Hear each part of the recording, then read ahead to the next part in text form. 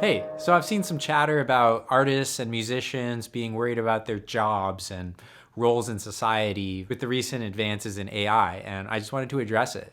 So, this is my short list of things that can never be taken from you, whether it be by AI or a bunch of prodigies or whatever.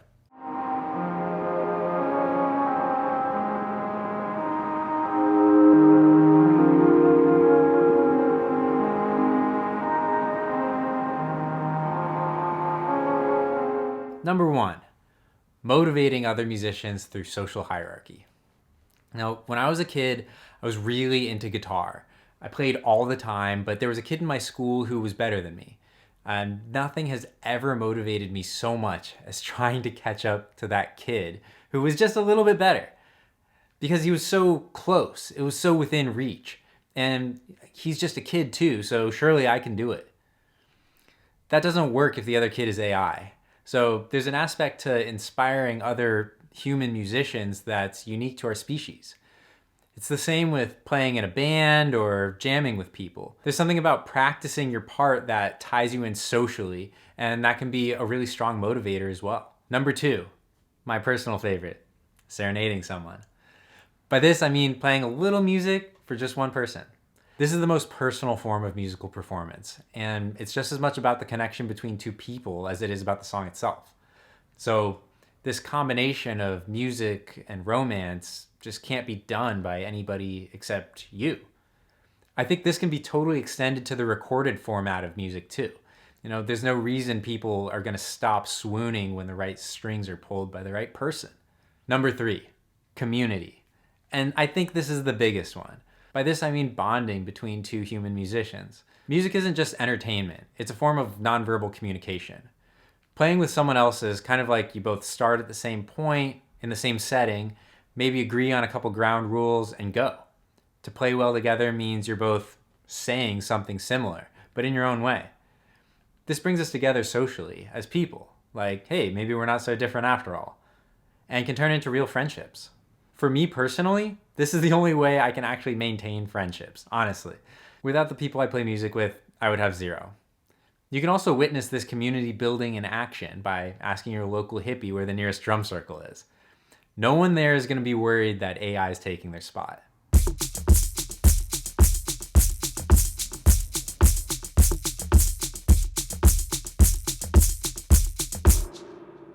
And the interesting thing here is that sense of community felt by the people playing music together is infectious and creates more community surrounding it.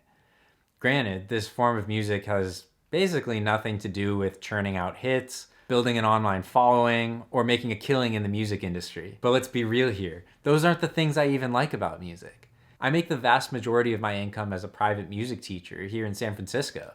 And I write songs because I practice what I preach and it keeps my resume up to date.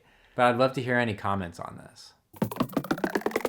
On a different note, what if the advances in music technology towards AI help people who would have just banged out eighth notes on a conga play something closer to what they're actually imagining in their head?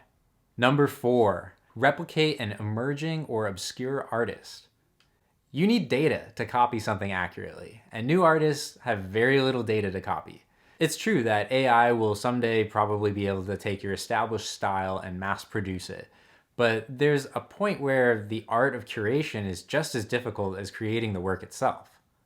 So more specific, obscure art will only be able to be replicated by an artist anyway. But if your dream is to be the next Neil Diamond, you might be in trouble. Let's make something else clear. Replicating another artist is a creative exercise, not an actual goal worth attaining. The actual goal is to have your own style shine through. We replicate other artists to fix anything that comes out badly so that our own voice, our own greatness can come through without the distraction of a snare drum that sounds like a frog slapping down onto the mud among a chorus of internal lettuce chewing hi-hats and bass drum parts. And while it's true that as you create more and more popular music, you may silence your own voice in favor of the thing you know people want to hear.